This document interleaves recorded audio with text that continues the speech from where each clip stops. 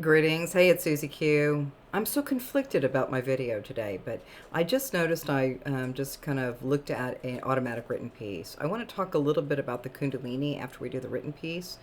And there may be a correlation with that, or there could be a compilation of something different. So we'll see what's going to happen. So we're going to start now. Something happened.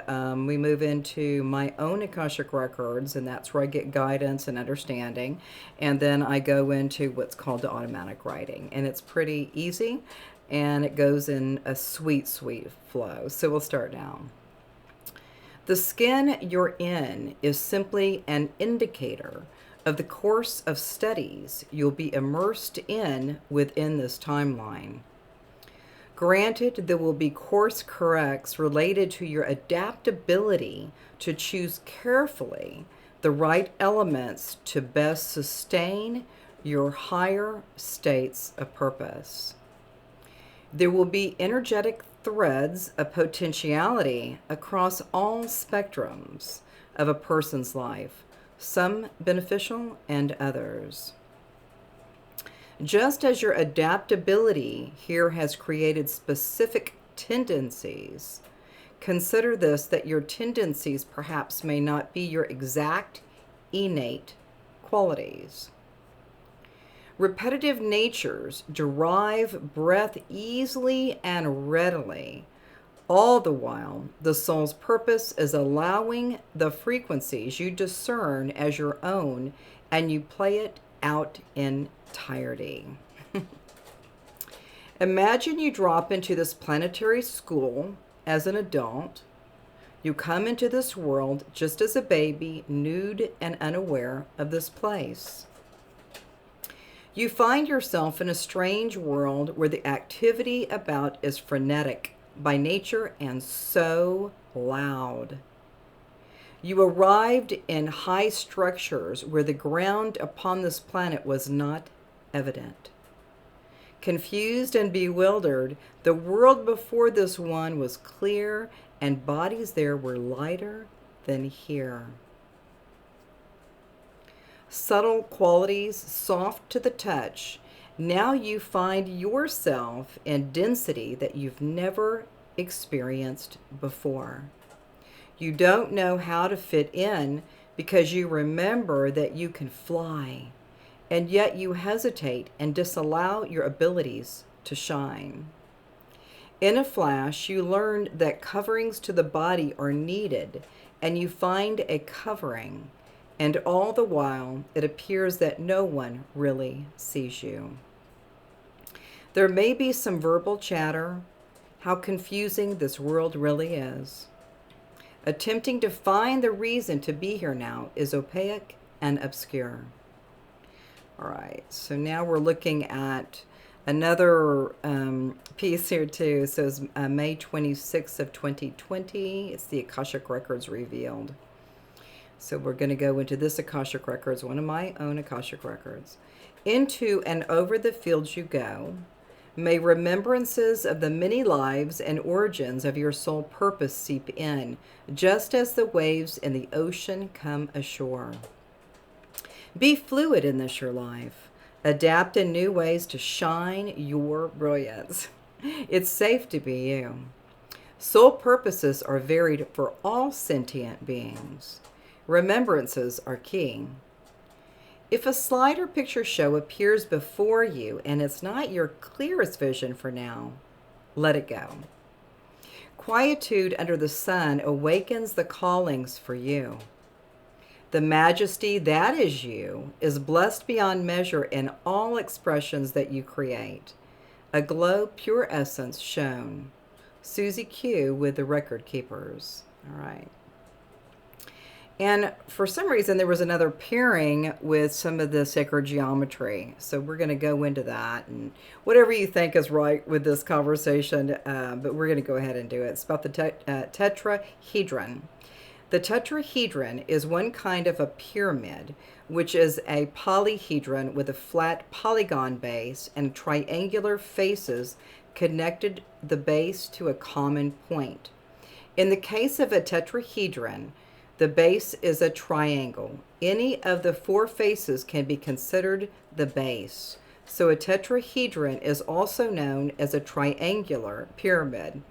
A regular tetrahedron is one which all four faces are equilateral triangles. It is one of the 5 regular Platonic solids which have been known since antiquity. In a regular in a regular tetrahedron, not only are its faces the same size and shape, they're congruent, but so are all the other vertices and edges. The tetrahedron represents the element of fire and is linked to the solar plexus, right here, the solar plexus, the center for personal power and acceptance. It creates the natural balance between the physical and spiritual.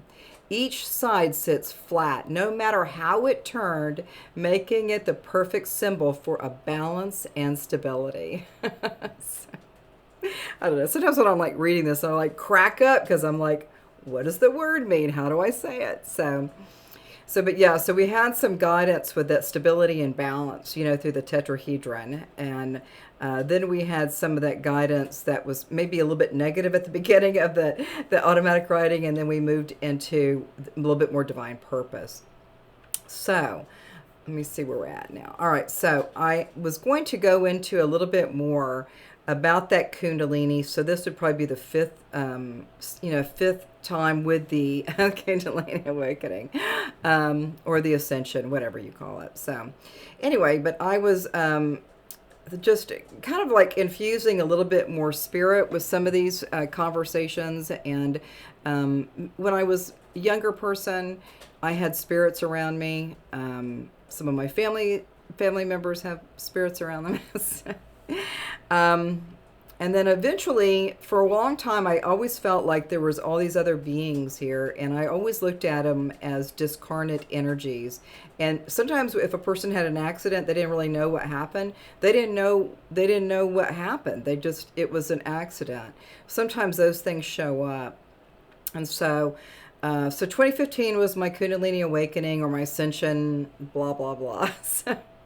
And then in 2016, I finally made the decision that, because I could always feel a swish of energy coming in the room. I could feel their energy. I couldn't see anything necessarily, but I could feel that swish of energy, and I could feel the presence of other spirits that, I really couldn't see, but I could feel that swish of energy coming in. And so I felt really powerful and ready to let these energies go, because they have been with me for a long time, and I didn't know that I could just say no. I didn't know that I could get rid of these energies that are around me, and they weren't necessarily stinkers. They were just present, and eventually I went back into my bedroom, and I just made a promise that no energies could come in my bedroom when I'm sleeping.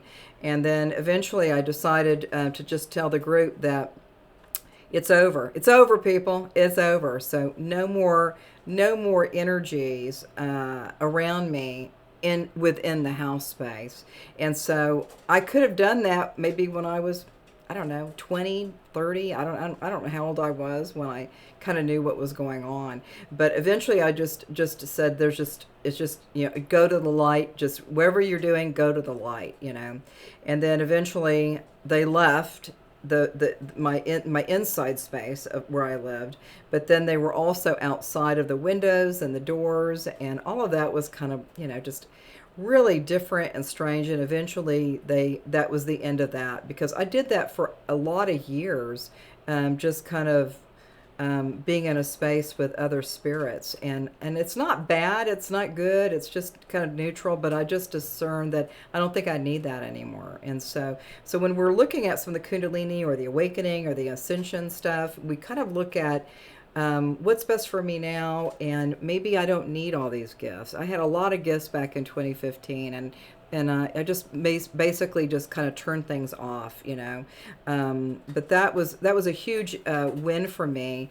just knowing that I could just release some of those spirits and send them to the light. And maybe if other ones wanted to come in, the other spirits could say, "Hey, she says, go to the light."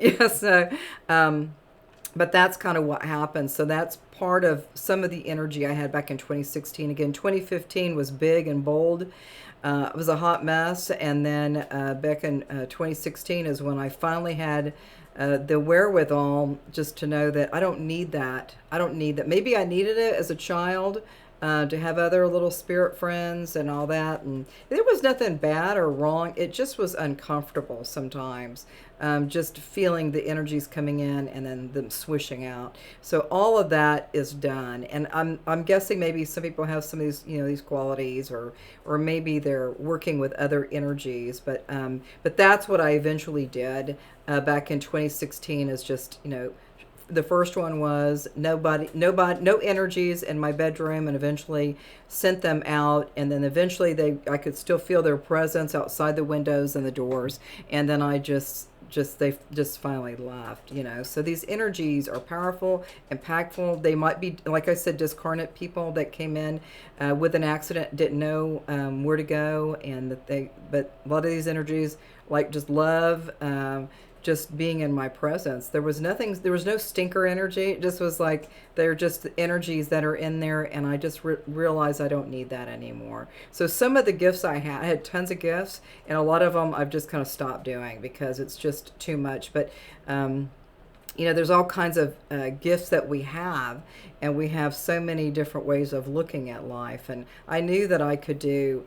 This is so crazy. This is part of QHHT, so I'll just say it real quick. But when I was in a session with somebody, I had to do an exorcism, and I knew that I could do that. I knew that I had the gift to do that, but it was, it wasn't my favorite thing to do, but that's kind of what was going on, is that I have the capability to do some of these things. Even if I say I don't want to do it anymore, if I need to do it, I'll go ahead and jump into that, and then I'll just have to clean it up, clean up the energies that are in the space. So all this stuff is amazing, extraordinary, and there's so many gifts with finding more guidance moving forward, with some of the automatic written pieces, the Akashic records, going into the QHHT, going into my own records. All of these things are helping us to have a better experience.